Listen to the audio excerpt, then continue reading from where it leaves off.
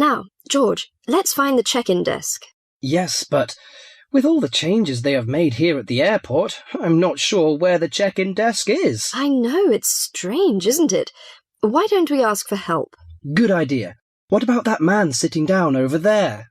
Which one? The one with the hat on and in the trolley? No, the one with the uniform behind the table. I'll ask him. Excuse me, could you tell me where the check-in desk for France Air is, please? Oh, let me think. The best way to get there would be to turn left at the end there, where the cafe is, and then go straight ahead until you're opposite the departure gates entrance.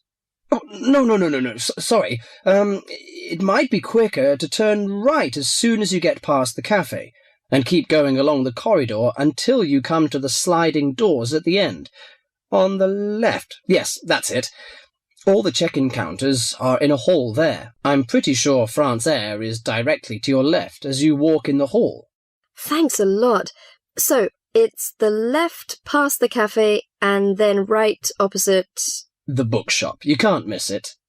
Come on then, Lisa. We don't want to be late, and I want some time to get a cup of coffee and look around the bookshop. Okay, George, but I want to go to the restroom first. I'll meet you at the check-in desk.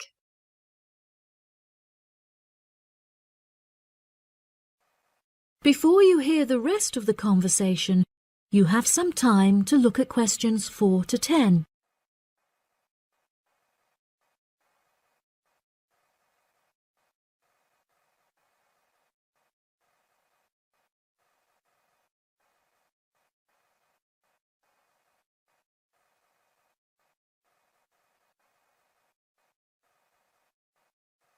Now listen and answer questions 4 to 10. Good morning. Can I help you? Yes, I would like to check in for flight FA492. Very good. Can I have your ticket and passport, please? Oh, yes, here you are. Okay, thanks. If you could just put your suitcase on the scales. Oh, I have this extra box that I want to take as well. Okay, well, that's extra luggage, so I'll have to get you to fill out an excess baggage declaration certificate. It'll cost extra, I'm afraid. Let me see. $40 exactly, if the total value of your contents is under $400. Oh, well, what's the form for? It's just a form you have to fill out so that if there are any problems, we'll know where you are and how to contact you. So, if you can give me a few details, I'll key in the information. Okay then, your passport says your name is Lavier. Is that right? Yes, George Lavier. George, Lavillliers.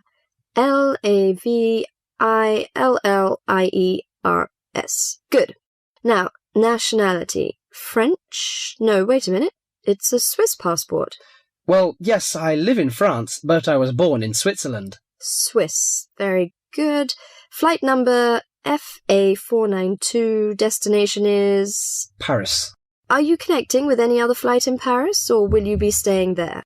I'm spending my vacation in Paris. Well, Sèvres, just outside Paris. Okay. So what's the phone number there? Let me think.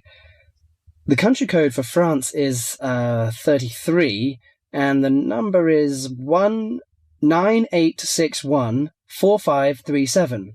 Right, so that's 331-9861-4537. Yes, that's it. And can you tell me briefly what you have in the box?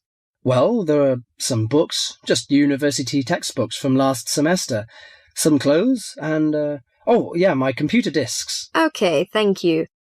And what would be the approximate value of the contents? Quite a bit, actually. About $150. That's all. There's your receipt for the box, your passport and ticket, and here is your boarding pass. Gate 7. You can board the plane in about 35 minutes. Have a nice flight. That is the end of part 1. You now have half a minute to check your answers.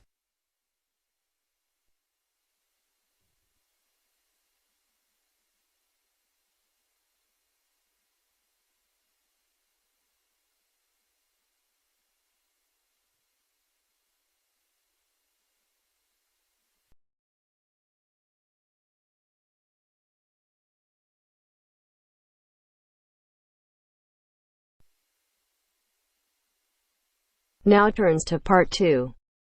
Part 2. First, you have some time to look at questions 11 to 17.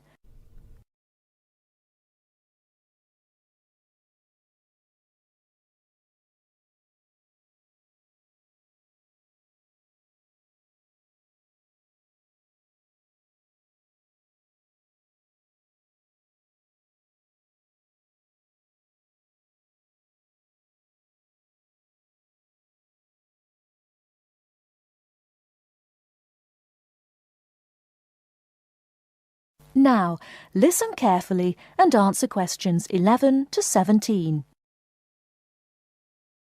Hello, and thanks everyone for coming here today.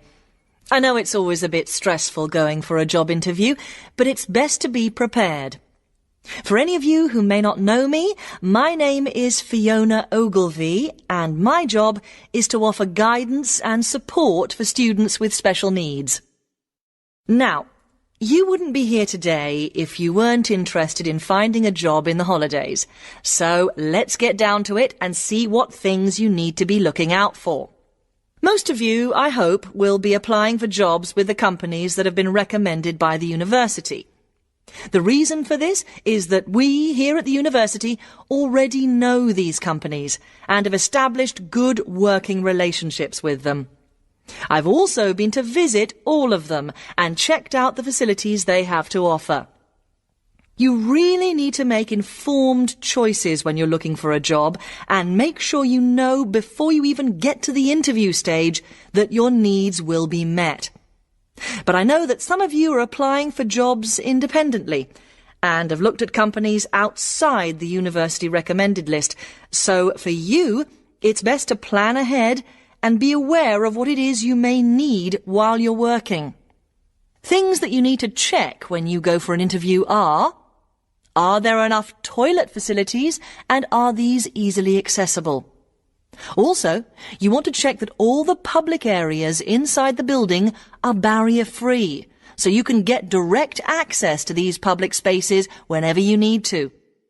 And ask about ramps into the building, so you know how many there are and where they are located. These kinds of things are so much more difficult to sort out when you've started work, as they take time.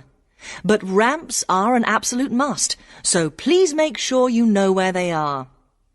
Another thing you must make sure of is that the lifts have the correct lowered control panels.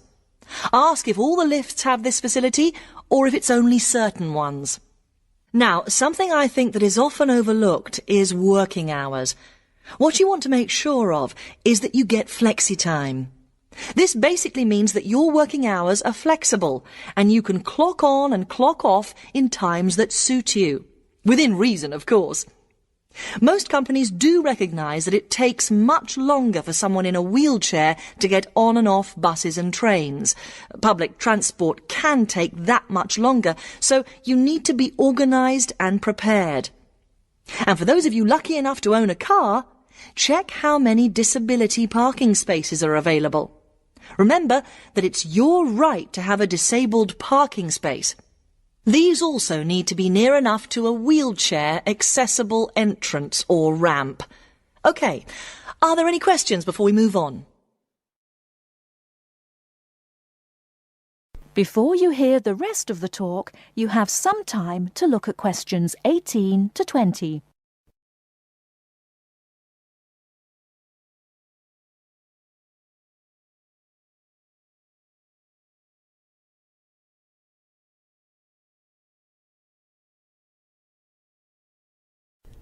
Now listen and answer questions 18 to 20.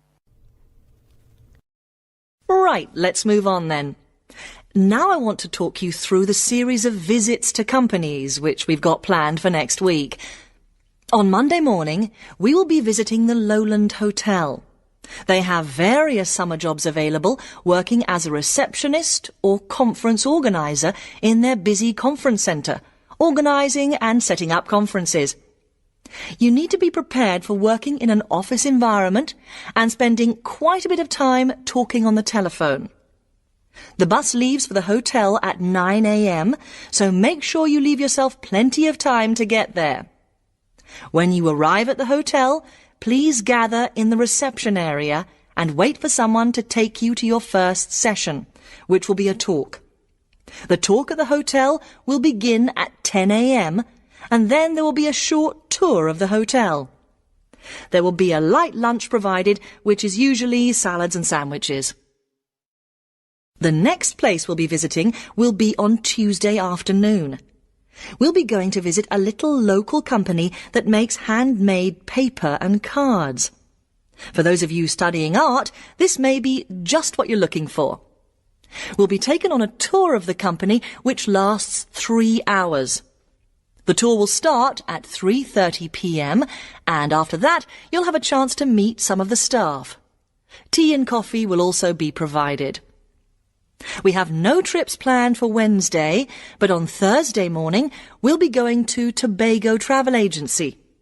This is a very popular choice amongst our students because you can get student discounts on holidays. We've booked a coach for this and it'll leave from outside the refectory at 8 a.m. You'll need to bring a packed lunch for this, so please don't forget. There is a little canteen where you can buy hot and cold food, but this is closed on Thursdays. Friday, we'll be having representatives from all the companies visiting us, so you will have a chance to ask any questions, and of course, put your name down on the list if you're interested in working for them over the summer. This event will take place in the main hall next to the library, and it'll run from 10:30 until 4. I really hope you make the most of this excellent opportunity to not only earn yourself some extra money, but also to gain experience of what it's like to work. And if you'd like to find out more, then please ask some of the students who worked last year. They're all wearing green badges and will be happy to speak to you afterwards. That is the end of part 2. You now have half a minute to check your answers.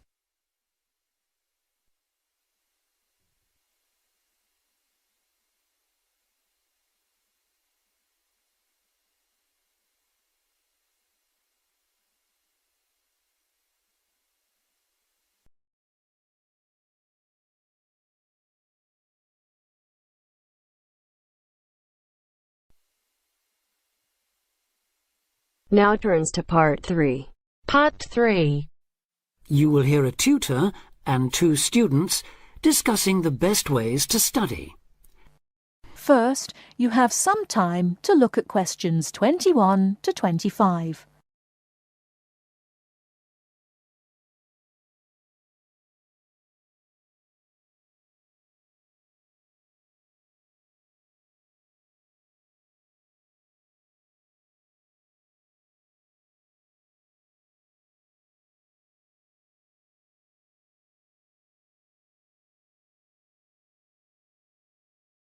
Now, listen carefully and answer questions 21 to 25. Well, how are you both settling in? Fine. Yes, no problems. So far, anyway. Good. Remember that as your personal tutor, I'm here to help you if you do have any difficulties. Now, as you know, lectures start on Monday, so I thought we'd look at a few ways of making the most of them, especially in terms of the notes you take. Let's begin by thinking about what you can do before you even go to the lecture. Any ideas? Make sure you're up to date with all the background reading, so you know plenty about the subject already. Yes, that's essential. The lecturer will assume you have that knowledge. Anything else, Carlos? Well, check what the topic's going to be. Of the lecture, that is. I'd go a bit further than that and consider what the content may be. Then you could ask yourself some questions that you want answering and listen out for the relevant information during the lecture. Okay. Now that brings us to the lecture itself and the actual business of writing notes. But there's a lot to deal with there, so we'll come back to that later. What I'd like to do for the moment is continue with the process of note-taking and move on to the next stage. Any suggestions for what that might be? When the lecture is over, you mean? Yes, once you're able to sit down somewhere quiet with your notes. Read them? More than that, You need to make sure they'll still make sense to you weeks, months later. Edit them? Yes, that's what's needed. It's well worth spending a few minutes on it. Any missing words, anything difficult to read, things you didn't have time to jot down, now is the time to do so, while everything's still fresh in your mind. Right. And after that, when's the best time to revise them? When do you think, Carlos?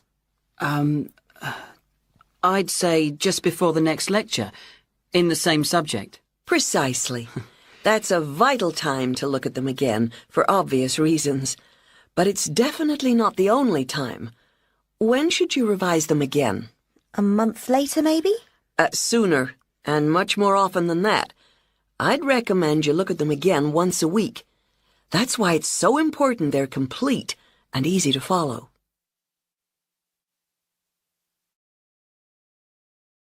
Before you hear the rest of the talk, you have some time to look at questions 26 to 30.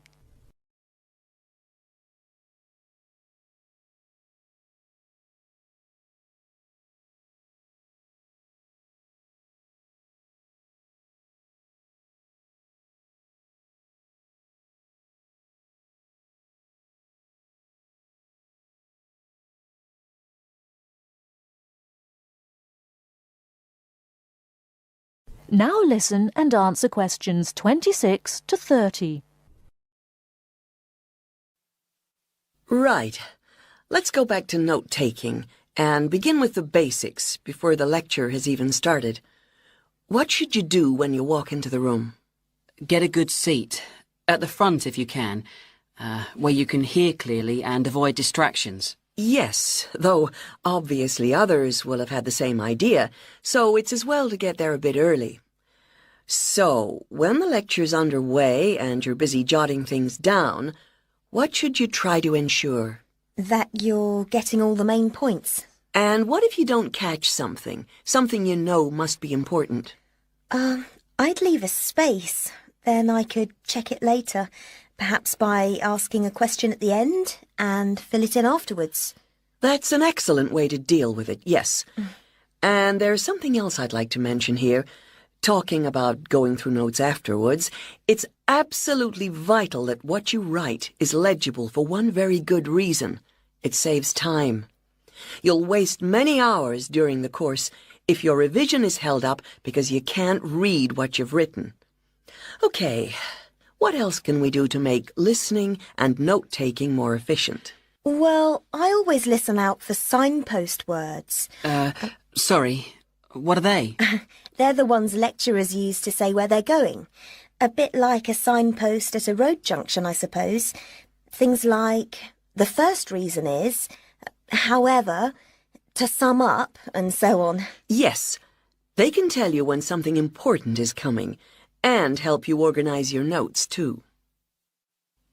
Is there anything else you can add, Carlos? There's something I think's very useful, but it's later, after the lecture is finished. That's fine. Go on. Well, what I do is go through what I've written down, summing up the main points in a few words in the margin, on the left-hand side of the page. I try to use words that'll jog my memory, so that I can remember what everything's about when I look at them again. Yes, that can work very well. What some people do to review their notes is cover up their full notes from the lecture, maybe with a piece of paper or a card, and concentrate just on what they've put in the margin, trying to recall the details.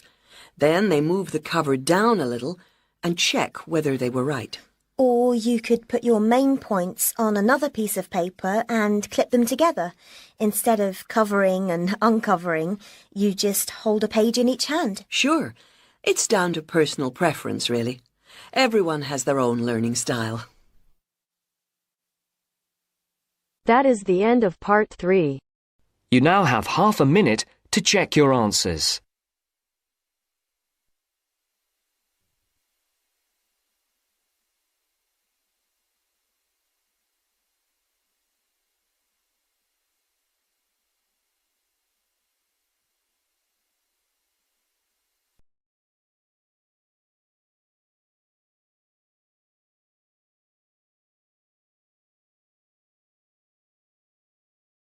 Now turns to Part 4.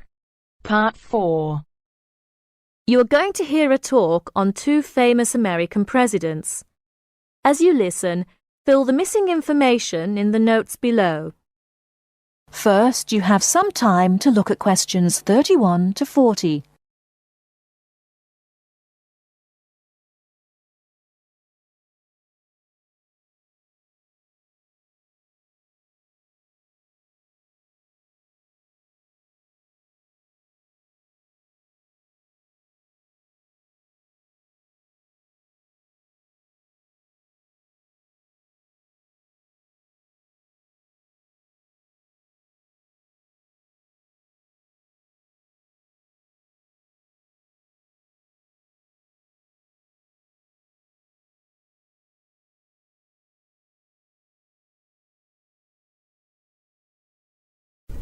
Now listen carefully and answer questions 31 to 40.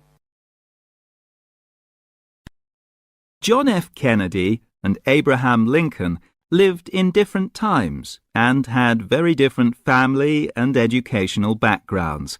Kennedy lived in the 20th century, while Lincoln lived in the 19th century.